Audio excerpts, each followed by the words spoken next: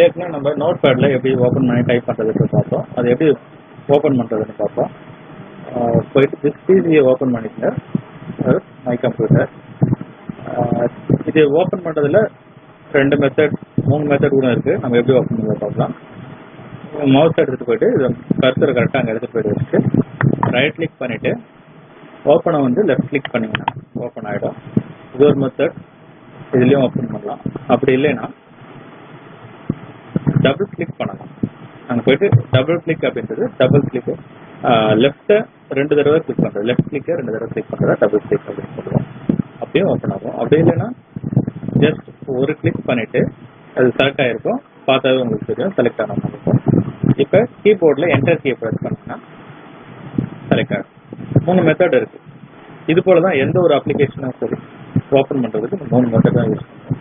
சரி, ஓகே. இப்போ நம்ம சேவ் பண்ணது நோட்பேட் ஃபைலாக இருக்கலாம், எது வேணா இருக்கலாம். நம்ம சேவ் பண்ணும்போது லொக்கேஷன் பார்த்துப்போம், எந்த லொக்கேஷனில் சேவ் பண்ணுறோம். லாஸ்ட் வீடியோவில் வந்து நான் டாக்குமெண்ட்ஸில் சேவ் பண்ணேன். டாக்குமெண்ட்ஸ் இங்கே இருக்கும், இந்த இடத்துலையும் இருக்கும், அப்படின்னா இந்த சைடாக இருக்கும். இதில் என்ன ரெண்டுக்குமே சேம் தான். இந்த ஷார்ட்கட் இங்கே கொடுத்துருக்காங்க, இங்கே கொடுத்துருக்காங்க.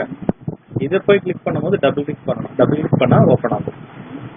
இதை போய் கிளிக் பண்ணுறதுக்கு ஜஸ்ட் ஒரு கிளிக் பண்ணால் போதும். ஏன்னா இந்த கர்சர் சேஞ்ச் ஆகுது பாருங்க, ஹேண்ட் சிம்பிள் ஆட் சிம்பிள் மாதிரி வந்துருக்குல்ல, இதை கிளிக் பண்ணிங்கன்னா சிங்கிள் கிளிக் பண்ணாத போதும் ஓப்பன் ஆகும். இதில் நம்ம சேவ் பண்ண ஃபைல் வந்து ஏபிசி.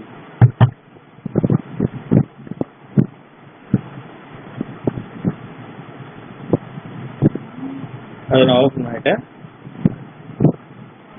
இதுதான் டைப் பண்ணி வச்சிருக்கு. இதில் தேவையில்லை அப்படின்னா நம்ம ரிமூவ் பண்ணிக்கலாம்.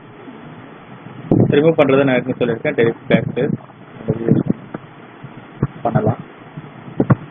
அடுத்த லைன் வரணும் யூஸ் பண்ணிக்கலாம். ஓகே, இப்போ நான் காப்பி பேஸ்ட்டை பற்றி சொல்லி தரேன். காப்பி பேஸ்ட் அப்படின்றது ஒரு லெட்டர் இல்லை ஒரு வேர்டு, ஒரு லைன் மொத்தமாக கூட நம்ம என்ன பண்ணலாம், காப்பி பண்ணி பேஸ்ட் பண்ணலாம். ஃபஸ்ட்டு செலக்ட் பண்ணணும். காப்பி பண்ணுறதுக்கு செலக்ட் பண்ணணும். செலக்ட் பண்ணுறதுக்கு மவுஸ் மூலமாக பண்ணலாம், கீபோர்டு மூலமாக பண்ணலாம். இப்போ நான் மவுஸ் மூலமாக பண்ணுறேன். ஸ்டார்டிங்கில் கிளிக் பண்ணிவிட்டு அப்படியே ட்ராக் பண்ணுறேன். கிளிக் அண்ட் ட்ராக் அப்படின்றது லெஃப்ட் கிளிக் பண்ணிவிட்டு அப்படியே மவுஸ்லேருந்து விரலை எடுக்காமல் அப்படியே மூவ் பண்ணணும். அதான் லெஃப்ட் கிளிக் அண்ட் ட்ராக்னு சொல்லுவாங்க. கரெக்டாக நம்ம எது வரைக்கும் நம்ம செலக்ட் பண்ண போகிறோமோ அது வரைக்கும் மவுஸை மூவ் பண்ணணும். ஓகே, இப்போ நான் அந்த ஃபஸ்ட் லைன் செலக்ட் பண்ணிட்டேன். இப்போ காப்பி பண்ணுறதுக்கு ஷார்ட்கட் கீயும் இருக்குது, மவுஸ் மூலமாகவும் பண்ணலாம். மவுஸ் மூலமாக பண்ணுறோம் அப்படின்றது ரைட் கிளிக் பண்ணிவிட்டு காப்பி. இப்போ இந்த லைன் வந்து காப்பி ஆகிடுச்சு. அடுத்தது பேஸ்ட் பண்ண போகிறோம் அப்படின்னா வேறு இடத்துல தான் நம்ம பேஸ்ட் பண்ணலாம். ஏதாவது ஒரு இடத்துல இந்த பேஜுக்கு பேஸ்ட் பண்ணலாம், இந்த ஃபைலில் பேஸ்ட் பண்ணலாம், இல்லை வேறு ஃபைலில் கூட பேஸ்ட் பண்ணலாம். இப்போ நான் இதிலே பண்ணுறேன். ஜஸ்ட் என்டர் கொடுத்துட்டே வந்துட்டு இந்த இடத்துல வந்து பேஸ்ட் பண்ணுறேன். இங்கேயே வந்து நீங்கள் என்ன பண்ணலாம், ரைட் கிளிக் பண்ணிவிட்டு பேஸ்ட் கொடுத்ததால பேஸ்ட் ஆகும். இது மறுபடியும் கூட அந்த கிளிப் போர்டில் இருக்கும். கிளிப் போர்டுன்றது டெம்பரரியாக காப்பி பண்ணி வச்சுருப்போம். மறுபடியும் நம்ம பேஸ்ட் கொடுத்தாலும் சேம் அதே தான் பேஸ்ட் ஆகிட்டே வரும். இப்போ ஷார்ட்கட் கீ சொல்லியிருந்தேன்ல, அந்த ஷார்ட்கட் கீ என்ன அப்படின்னா Ctrl+V. அதை ப்ரெஸ் பண்ணாலும் பேஸ்ட் ஆகும். Ctrl+V அப்படின்றது கீபோர்டில் இருக்கிற அந்த கண்ட்ரோல் கீ. CTRL அப்படின்னு ஒரு கீ இருக்கும். +V. +Vனா ஒரு சிலர் என்ன பண்ணுறாங்க, 3 கீயும் ப்ரெஸ் பண்ணுறாங்க. Ctrl+V அப்படி இல்லை, கண்ட்ரோல் அழுத்திக்கிட்டே வியை ப்ரெஸ் பண்ணணும். இதுதான் கண்ட்ரோல். இது வந்து எதுக்கான ஷார்ட்கட் கீ, பேஸ்ட்டுக்கான ஷார்ட்கட் கீ. சரி, அப்போ காப்பிக்கும் ஒரு ஷார்ட்கட் கீ இருக்கும்ல, அதுக்கு Ctrl+C.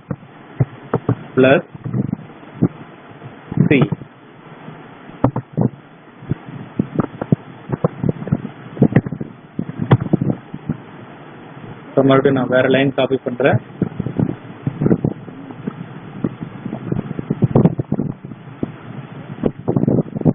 செலக்ட் பண்ணியாச்சு. செலக்ட் பண்ணிட்டு Ctrl+C ப்ரெஸ் பண்ணுறேன்.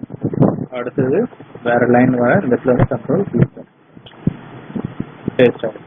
செலக்ட் பண்ணுறதுக்கு மவுஸ் மூலமாக சொல்லியிருந்தேன். இன்னொரு மெத்தட் இருக்குது, கீபோர்ட் மூலமாக. இப்போ லாஸ்ட் இங்கே கர்சர் இந்த இடத்துல இருக்குது. ஃப்ரண்ட்டில் செலக்ட் பண்ண போகிறது, இங்கேருந்து ஃப்ரண்ட் வரைக்கும் போக போகிறோம். ஷிஃப்ட் கீயை ப்ரெஸ் பண்ணிவிட்டு லெஃப்ட் ஏரோ ப்ரெஸ் பண்ணிகிட்டே வாங்க. ஒவ்வொரு லெட்டரா செலக்ட் ஆகிட்டே வரும். நம்மளுக்கு தேவையான அளவுக்கு வந்த பிறகு ஸ்டாப் பண்ணிக்கலாம். இந்த இடத்துல நீங்க என்ன பண்ணுங்க, காப்பி Ctrl+C கொடுத்துட்டு அதுக்கப்புறம் எங்க தேவையோ அங்க போய் பேஸ்ட் கொடுக்கலாம். ஓகே, கர்சரை மூவ் பண்றது காப்பி பேஸ்ட் சொல்லிட்டு அப்ப அடுத்து கட்டுன்னு ஒண்ணு இருக்கு. கட்டுனா இங்க இருக்கிறது இன்னொரு இடத்துல மூவ் பண்றது.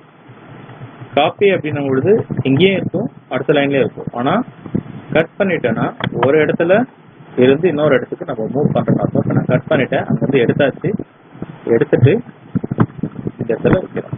காப்பி அப்படின்னா ஜெராக்ஸ் காப்பி போல ஒரு ஒரிஜினல் இருக்கும், டூப்ளிகேட்டும் இருக்கும். ஆனா கட் அப்படின்றது மூவ் பண்றது, இங்க இருந்து எடுத்து அங்க வைக்கிறதுன்னு அர்த்தம். ஒரே ஒரு காப்பி மட்டும் தான் இருக்கும்.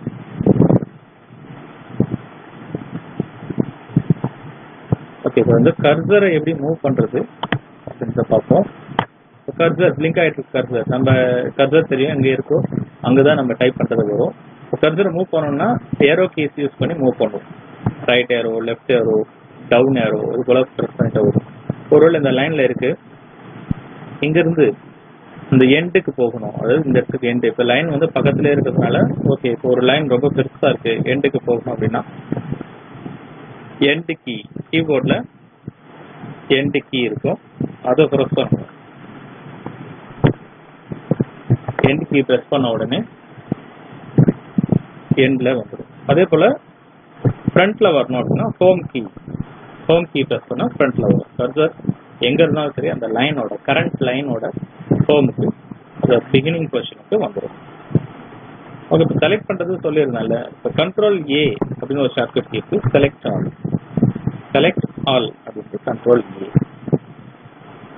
Ctrl+A கொடுக்குறேன், செலக்ட் ஆல். Ctrl+C காப்பி பண்றேன், Ctrl+, இதே 2 காப்பியா பேஸ்ட் ஆயிடும். இப்போ போயிட்டு நம்ம சேவ் கொடுக்குறோம். இந்த சேவ் எதுக்கு கொடுக்குறோம்னா, லாஸ்ட் கிளாஸ்ல நம்ம ஓபன் பண்ணி டைப் பண்ணிருக்கோம், ஒரு 4-5 லைன் டைப் பண்ணிருக்கோம். இப்போ ஓபன் பண்ணி 4-5 லைன் மேலே நம்ம காப்பி பேஸ்ட்லாம் வந்து பண்ணியாச்சு. இப்போ சேவ் கொடுத்தாதான் இப்போ இன்னைக்கு என்ன பண்ணமோ அது சேவ் ஆகும், இல்லைன்னா சேவ் ஆகாது. சேவ் அப்படின்றத யூஸ் பண்ண